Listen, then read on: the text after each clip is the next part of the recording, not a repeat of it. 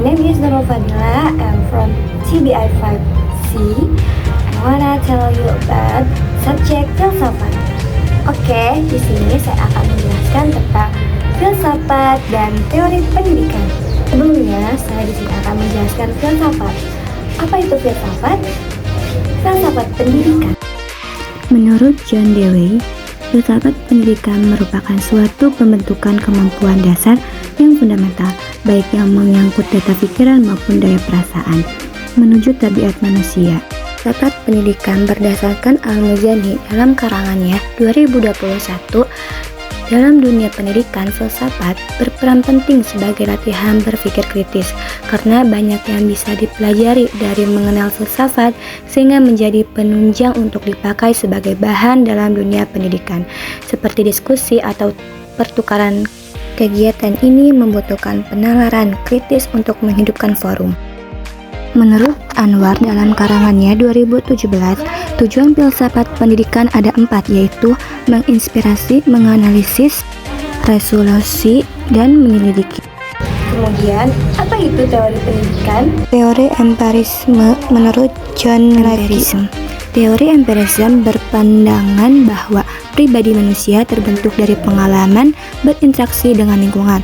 Manusia dipandang lahir dalam keadaan kosong, dan kekosongan tersebut akan diisi oleh pengalaman sehari-hari yang akan mengisi kekosongan akan membentuk pribadi manusia. Yang kedua adalah teori nativisme. Menurut Arthur Schopenhauer, berpandangan bahwa pribadi manusia dibawa sejak lahir. 3. Teori konvergensi menurut Karl Popper lahir sebagai respon terhadap teori empirisme dan teori nativisme yang bertolak belakang. Teori nativisme berpandangan bahwa pribadi manusia adalah hasil perpaduan antara unsur genetik dan pengalaman berinteraksi dengan lingkungan. Dalam pandangan konvergensi, ketika lahir manusia telah membawa potensi dirinya, namun potensi tersebut hanya bisa berkembang maksimal bila lingkungan menyediakan pengalaman belajar. 4. Teori behaviorisme menurut John B. Weston. Teori behaviorisme menekankan bahwa pembelajaran adalah hasil dari perubahan perilaku sebagai respon terhadap rangsangan eksternal. Teori ini dikembangkan oleh para psikolog seperti John B. Weston dan B.F. Skinner.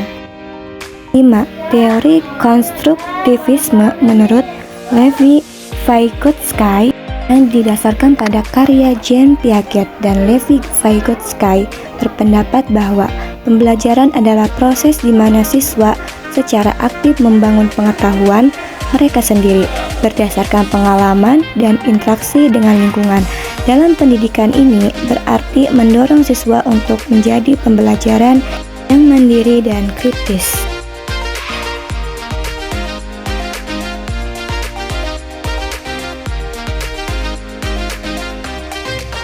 Kemudian yang keenam, teori pembelajaran sosial menurut Albert Bandura.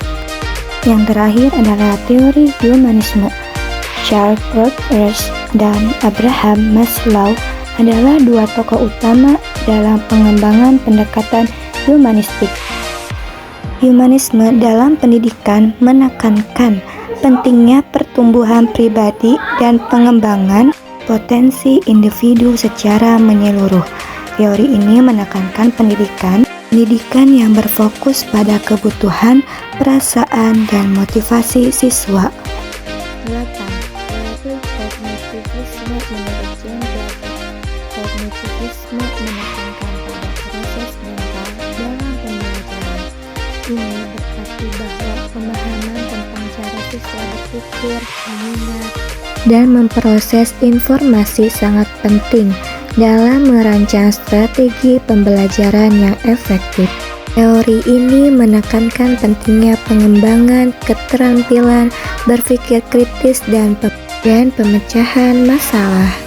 Selanjutnya, teori kecerdasan majmuk yang dikembangkan oleh Howard Gardner yang menyatakan bahwa kecerdasan bukanlah satu kemampuan tunggal, melainkan berdiri dari berbagai kemampuan yang berbeda, seperti kecerdasan linguistik, logika matematis, musikal, dan lain-lainnya. Dalam pendidikan ini berarti Pengajaran harus disesuaikan untuk memenuhi kebutuhan kecerdasan yang berbeda-beda dari setiap siswa. Baik, selanjutnya saya di sini akan menjelaskan tentang ruang lingkup filsafat pendidikan. Ruang lingkup filsafat pendidikan adalah segala aspek yang berkaitan dengan upaya manusia untuk memahami hakikat pendidikan itu sendiri, yang berkaitan dengan bagaimana menyelenggarakan pendidikan yang baik dan bagaimana tujuan pendidikan yang diupayakan dapat dicapai. Kemudian, menurut Amka dalam bukunya Filsafat Pendidikan menjelaskan sistematika filsafat pendidikan sebagai berikut. Pertama, jawab ontologi filsafat pendidikan. Yang kedua, epistemologi filsafat pendidikan. Dan yang ketiga, aksiologi filsafat pendidikan. Dan di sini saya akan menjelaskan ontologi filsafat pendidikan terlebih dahulu. Ontologi adalah medium filsafat yang paling umum atau merupakan bagian dari metafisika, dan metafisika merupakan salah satu bab dari filsafat.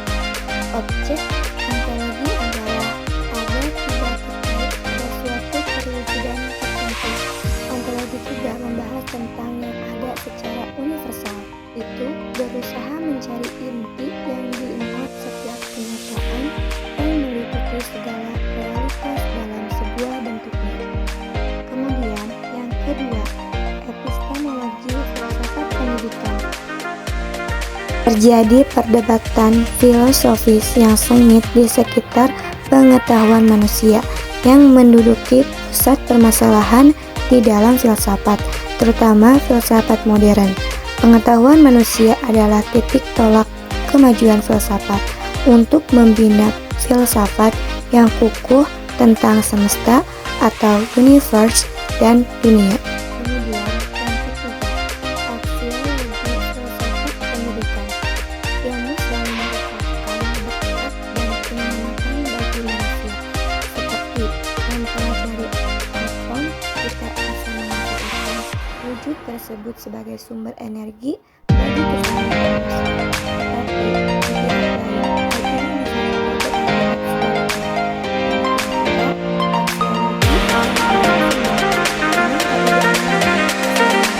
ketika seni tari dangdut Inul Daratista memperhatikan goyangan di atas panggung yang ditonton layaknya ramai sejumlah ulama dan seniman menjadi barang dalam pengembangan ilmu pengetahuan dan teknologinya. Nah, berikut tadi penjelasan tentang sistematik filsafat menurut Amka dalam bukunya. Sedangkan dalam karangan Atmajaya 2018, landasan pemikiran filsafat pendidikan itu sama seperti pendapat Amka sebelumnya. Nah, kemudian saya di sini akan menjelaskan sedikit tentang perbedaan sistematis dan landasan teori. Sistematis dan landasan teori adalah dua hal yang berkaitan dengan penelitian, yaitu yang pertama, sistematis merupakan proses yang teratur dan diatur dengan baik. Sistematis merupakan salah satu syarat penting dalam penelitian dan sering digunakan dalam pembuatan laporan penelitian atau karangan ilmiah lainnya. Sedangkan landasan teori merupakan konsep yang sistematis dan tertata rapi yang berisi definisi dan posisi tentang variabel-variabel dalam penelitian. Landasan teori merupakan landasan yang kuat dalam penelitian yang akan dilakukan. Jadi, landasan teori dan sistematik digunakan dalam sebuah penelitian. Nah, keduanya sama-sama saja, hanya ada perbedaan sedikit dalam proses penelitiannya. Kemudian, saya akan menjelaskan tentang teori filsafat pendidikan Islam. Dalam masyarakat Islam, pendidikan Islam itu merupakan ajaran-ajaran berdasar pada wahyu yang juga menjadi dasar dari pemikiran filsafat pembelajaran Islam. Hal ini menunjukkan falsafah pendidikan Islam yang berisi teori umum mengenai pendidikan Islam. dibina atas dasar konsep ajaran Islam yang termuat dalam Al-Quran dan hadis. Hal ini sejalan dengan berpikir falsafi, yakni berdasar menyeluruh tentang kebenaran yang ditawarkan, yaitu kebenaran Tuhan yang mutlak. Dapat disimpulkan sedikit dari penerangan tadi bahwa teori filsafat pendidikan Islam itu berdasarkan Al-Quran dan hadis yang mana telah ditentukan oleh wahyu. Nah, tadi adalah sebuah kutipan dari buku teori filsafat pendidikan Islam. Kemudian, tujuan pendidikan Islam yang paling utama adalah untuk meningkatkan ketaatan kepada Allah Subhanahu wa Ta'ala sesuai dengan fitrahnya manusia.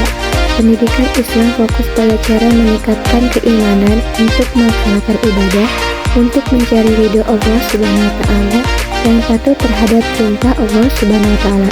Sedangkan zaman semakin berkembang, oleh karena itu filsafat pun berkontribusi dalam perkembangan teknologi. Nah, perkembangan teknologi digital dapat menjadi alat yang ampuh untuk mengatasi kesenjangan pendidikan dan meningkatkan pemahaman keagamaan dalam masyarakat yang semakin terhubung secara global. Kemudian, menurut Imam Ghazali, tujuan pendidikan Islam adalah seorang tokoh Islam di bidang tasawuf dan akhlak menimbulkan terhadap dua aspek tujuan dari pendidikan Islam, yaitu pertama adalah aspek insani yang semata-mata hanya mendekatkan diri kepada Allah dan menjaga ibadah kepadanya. Kedua ialah aspek jasmani, perbuatan-perbuatan yang dilakukan bernilai ibadah dan berakhir pada kebahagiaan dunia dan akhirat. Menurut Imam Al-Farabi, tahun 870 sampai 950 Masehi menekankan pentingnya pendidikan dalam bentuk individu yang ideal. Dalam konteks masyarakat, bagi Al-Farabi, tujuan pendidikan adalah untuk mencapai kebahagiaan sa'adah di dunia dan di akhirat. Pendidikan juga bertujuan untuk membentuk manusia yang sempurna secara intelektual, moral, dan sosial. Kemudian, menurut Ibnu Sina, tahun 980 sampai 1037 Masehi mengatakan bahwa mengaitkan pendidikan dengan pengembangan jiwa manusia, pendidikan tidak hanya berfokus pada akal, tetapi juga pada pengembangan moral dan spiritual individu. Ia menekankan juga pentingnya mempelajari ilmu-ilmu alam dan metafisika, namun tidak mengabaikan pendidikan agama. Kemudian, menurut Ibnu Khaldun, tahun 1332 sampai 1406 Masehi mengatakan bahwa Ibnu Khaldun melihat pendidikan sebagai bagian integral dari kehidupan sosial manusia. Ia memandang pendidikan sebagai sarana untuk melestarikan kebudayaan dan pengetahuan dari generasi ke generasi.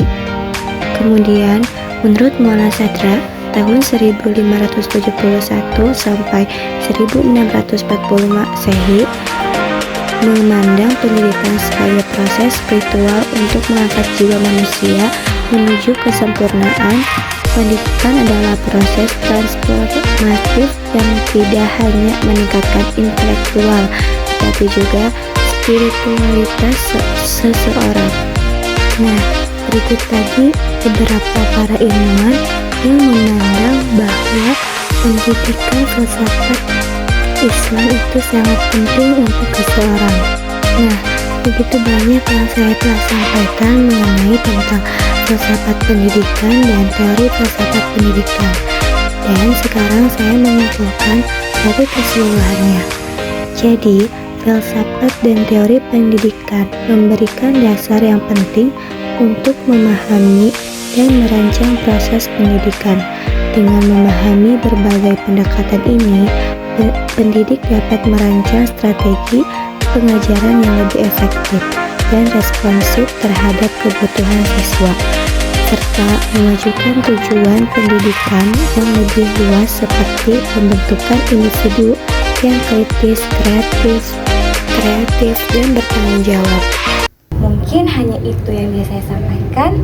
Thank you for watching. Wassalamualaikum warahmatullahi wabarakatuh.